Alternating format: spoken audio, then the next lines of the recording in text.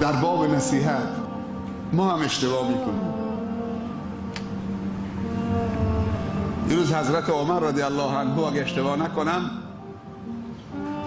دید که جوانی مشروب میخوره، خودش تنهاست، چشمشو کور کرد، روشو برگردون. اونم عمر رو دید، براش دعا کرد.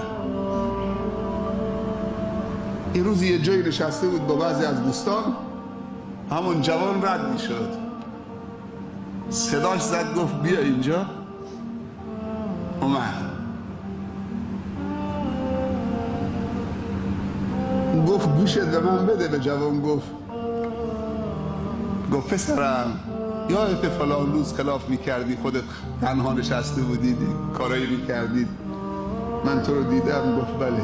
سرش انداخت پایین. گفت پسرم به هیچ کس نگفتم اون سرت و رازت، فقط برات دعا کردم. کمی جون گرفت. این دیگه کیه؟ این دیگه کیه؟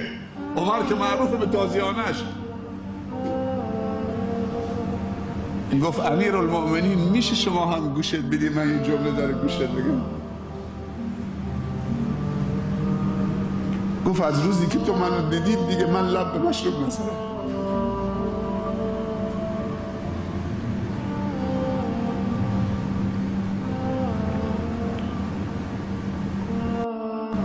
شما یه نفر پیدا بکنی که پیغمبر نباشه، خلاف نکرده باشه.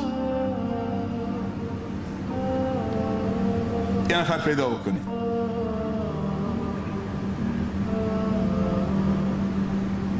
پیدا نمیشه.